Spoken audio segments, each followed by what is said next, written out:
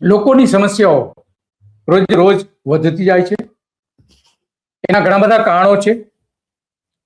એમાં સૌથી જ્યારે ગુજરાતમાં કંપનીઓનું પ્રભુત્વ વધવા લાગ્યું છે તેના 25 વર્ષથી સૌથી વધારે છે.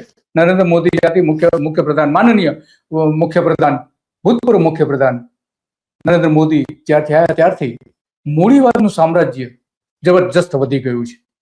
જોકે મૂડીવાદના કારણે ઘણા સારા કામો થયા છે. નથી તો ગુજરાતની આવક વધી છે, આર્થિક લાભ પણ થયો છે.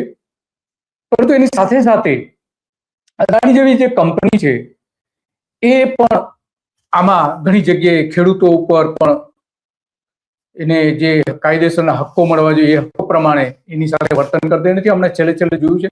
અને મુન્દ્રામાં અદાણી દ્વારા એક પ્લાન્ટ લાવવામાં આવ્યો છે, કોપર પ્લાન્ટ, કે જેમાં કોપરનું નામ છે પણ એની સાથે સાથે બીજી 20 જેટલી અલગ અલગ ચીજ વસ્તુઓનું પણ પ્રોસેસિંગ કરવાનું છે.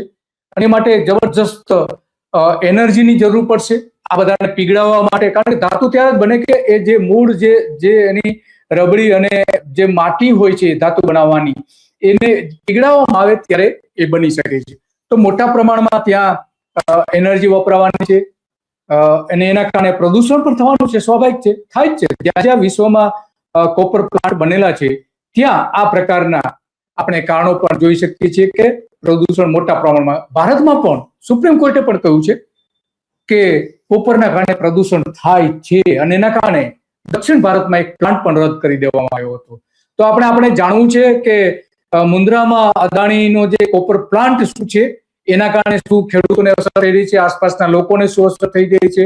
જમીનોના તો વિવાદો છે જ, પણ પ્રદૂષણના પ્રશ્નો પણ હવે ધીમે ધીમે ઉભા થઈ રહ્યા છે. પ્લાન્ટ શરૂ થયો એના સાથે પહેલો ભાગ શરૂ થયો છે. કુલ 10,000 કરોડનું રોકાણ કરવાનું છે. એમાં પહેલો જે ફેઝ છે એ શરૂ થઈ ગયો છે. અને એના કારણો અત્યારે ખેડૂતો શું કહી રહ્યા છે એ પણ આપણે સમજવું છે. તો સ્થાનિક જે ત્યાંના આગેવાન છે ગજેન્દ્રસિંહજી, એ આ બધી જ આપણે વાત કરવાના છે કે ખરેખર શું પરિસ્થિતિ છે અને ખેડૂતો સાથે શું થઈ રહ્યું છે. તો ગજેન્દ્રસિંહજી, આપનું સ્વાગત છે ગુજરાત રિપોર્ટમાં. હા, ત્યાં જે કોપર પ્લાન્ટ આવ્યો છે મુન્દ્રા અને એની જમીનોમાં અદાણીનો, તો એ શું પરિસ્થિતિ છે? મુન્દ્રામાં જે આ પ્લાન્ટ આવ્યો છે એનાથી લોકોને ફાયદો થયો છે ખરો અત્યારે કોઈ રોજગારીમાં, આર્થિક રીતે? દિલીપભાઈ, આખા દેશમાં લગભગ મોટા પાયે રાજ્યોમાં ઓપોઝિશન પાર્ટી જે વિરોધ પક્ષ હોય એને બીજેપી ઉપર એલિગેશન કરવાનો સૌથી કદાચ કોઈ મોટો મુદ્દો હોય તો એ અદાણી છે. નરેન્દ્ર મોદી સરકાર અદાણીને બધી બાબતમાં ફાયદો કરાવે છે. અત્યારનું આપણે આંદોલન જોઈ રહ્યા છીએ અરાવલીનો પણ ક્યાંક આક્ષેપ અદાણી ઉપર છે. રાજસ્થાનની અંદર ખેજડી બચાવ આંદોલન પણ થયું, ઓરણ બચાવ આંદોલન પણ થયું, એમાં પણ ક્યાંક એલિગેશન અદાણી ઉપર છે. છત્તીસગઢની અંદર ચાલતો હસદેવ બચાવ, અત્યારે મધ્યપ્રદેશની અંદર ચાલતો સિંગરૌલી ના જંગલો કાપવા બચાવવા આદિવાસીઓ અને ત્યાંના સ્થાનિક વિરોધ પક્ષ બધા લડી રહ્યા છે. દરેક જગ્યાએ અદાણી ઉપર જ એક મોટો એલિગેશન થઈ રહ્યો છે કે મોદી સરકાર યા ભારતીય જનતા પાર્ટી ત્યાં એને પ્રોટેક્શન આપે છે અને દેશની જે સંપત્તિઓ છે એ વેચે છે અને કોઈ પણ કાયદાનું પાલન કર્યા વિના અદાણી એ કાર્ય કરી રહી છે. જેની પ્રથમ શરૂઆત મુન્દ્રાની અંદર થઈ. 2005-6 ની અંદર અદાણીને સ્પેશિયલ ઇકોનોમિક ઝોન માટે જમીનો આપવામાં આવી. અત્યારે 8,400 હેક્ટર સમથિંગ એમની પાસે આ જમીનો ઉપર એસઈઝેડમાં પર્યાવરણીય મંજૂરી છે. અને એ જ વિસ્તારની અંદર અત્યારે કોપર પ્રોજેક્ટ આવેલો છે. હું જે ગામ નવીનાળથી બિલોંગ કરું છું એ ગામની માત્ર 1.5 કિલોમીટરના અંતરે કોપર પ્રોજેક્ટની ચીમનીઓ આવેલી છે. અને અત્યારની અહીંયાની હાલની પરિસ્થિતિ એવી છે કે મેં આપને વિડીયો પણ મોકલાયો છે, આપ વિડીયો પણ જોઈ શકશો. આપણે અત્યારથી જ એસિડ રેઇન થાય છે અને સલ્ફર ડાયોક્સાઇડ પણ આ કંપની દ્વારા જયારે મૂકવામાં આવે છે એના કારણે પણ ઘણું બધું નુકસાન અમારા ગામ લોકોને થાય છે.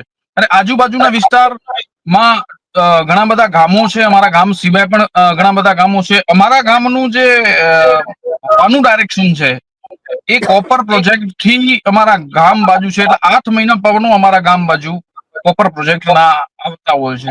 હાલની પરિસ્થિતિ અમારા ગામની એવી છે કે ચોમાસાની અંદર તલના પાકો હતા ઘણા બધા ખેતરોની અંદર 3 કિલોમીટર એરિયાની અંદર તલના પાકો જે અત્યારે સ્ક્રીન ઉપર દેખાઈ રહ્યા છે, આવી રીતે તલ એસિડ રેઇનના કારણે સુકાઈ ગયા. તો આપ વિચારી શકો છો કે લોકો ઉપર યા માનવ યા એના ઉપર શું પરિસ્થિતિ થતી હશે, એટલું બધું નુકસાન થતું હશે. બીજી વાત કે કોપર પ્રોજેક્ટ લગભગ વિસ્તારની અંદર પ્રતિબંધિત છે. યુએસએ જેવા દેશે પણ કોપર સ્મેલ્ટિંગ જેટલા પણ પ્રોજેક્ટો છે લગભગ બધા મોટા પાયે બંધ કરી નાખ્યા છે, બહુ ઓછા કરી નાખ્યા છે. ને મુન્દ્રા જે અમારો આ ગામની બાજુમાં અદાણીનું કોપર સ્મેલ્ટર પ્લાન્ટ છે, અત્યારે 5 લાખ મેટ્રિક ટન ની ઉત્પાદન ક્ષમતા સાથે ચાલી રહ્યો છે. હજી તો ટ્રાયલ બેઝ છે અને અત્યારથી આટલું નુકસાન છે. સેકન્ડ ફેઝ ની અંદર 5 લાખ ટન બીજો, એટલે વિશ્વનો સૌથી મોટો એક જ જગ્યાએ આવેલો પ્રોજેક્ટ આ કોપર પ્રોજેક્ટ થશે. તો આપ વિચારી શકો છો કે આના ગંભીર પરિણામો કેવા હશે. એટલે અને બીજી એક હું વાત કરું ખાસ કે તુતીકોરીનની અંદર સ્ટરલાઇટ નો એક કોપર પ્રોજેક્ટ હતો. એ કોપર પ્રોજેક્ટ લગભગ 90ના દાયકામાં ચાલુ થયો અને એ બાદ ત્યાં પ્રદૂષણની એવી ગંભીર પરિસ્થિતિઓ થઈ કે ત્યાંનું હવા પ્રદૂષિત થયું, ત્યાંની જમીન પ્રદૂષિત થયું, ત્યાંની પાણી પ્રદૂષિત થયું, ત્યાંની દરિયાઈ વિસ્તાર પ્રદૂષિત થયો. એક વખત સલ્ફર ડાયોક્સાઇડ નું પ્રમાણ વધી જવાના કારણે 165 જેટલી મહિલાઓ બેહોશ થઈ ગઈ હતી અને છેવટે આવનારી પેઢીઓને બચાવવા ત્યાંના લોકો ઉભા થયા અને લાંબા ગાળા સુધી એક મોટો પ્રોટેસ્ટ ચાલ્યો. જે પ્રોટેસ્ટ દિવસે ને દિવસે તીવ્ર થતો ગયો. અંતે કંઈક 10 થી 18 લોકોનું કંઈક મૃત્યુ થયા એ પ્રોટેસ્ટ દરમિયાન પોલીસ ગોળીબારમાં. અને પછી સરકારે એ પ્રોજેક્ટને બંધ કરાવ્યો. ત્યારબાદ પણ ત્યાંના જે તે વખતે પણ ત્યાંના સર્વે થયા હતા, ત્યાંનું સ્ટડી થઈ હતી. સ્ટડીની અંદર પણ ઘણું બધું કહેવામાં આવ્યું હતું કે ભાઈ આ પ્રોજેક્ટના કારણે ઘણું બધું પ્રદૂષણ વધી રહ્યું છે ને એ 4 લાખ મેટ્રિક ટન વાર્ષિક ઉત્પાદન ક્ષમતાનો પ્રોજેક્ટ હતો. તો અહીંયા તો 10 લાખ મેટ્રિક ટન ઉત્પાદન ક્ષમતાનો પ્રોજેક્ટ છે ને અંતે ત્યાંની સરકારે અને કોર્ટે એ પ્રોજેક્ટ બંધ કરાવ્યો હતો. તો આ માત્ર 1.5 કિલોમીટરના અંતરે આવેલો પ્રોજેક્ટ અતિ ગંભીર પ્રદૂષણ ફેલાવી રહ્યો છે અને ઘણું બધું અમને નુકસાન અમારા ગ્રામજનો આજુબાજુ વિસ્તારની અંદર ધીમે ધીમે પ્રદૂષણ વધી રહ્યું છે.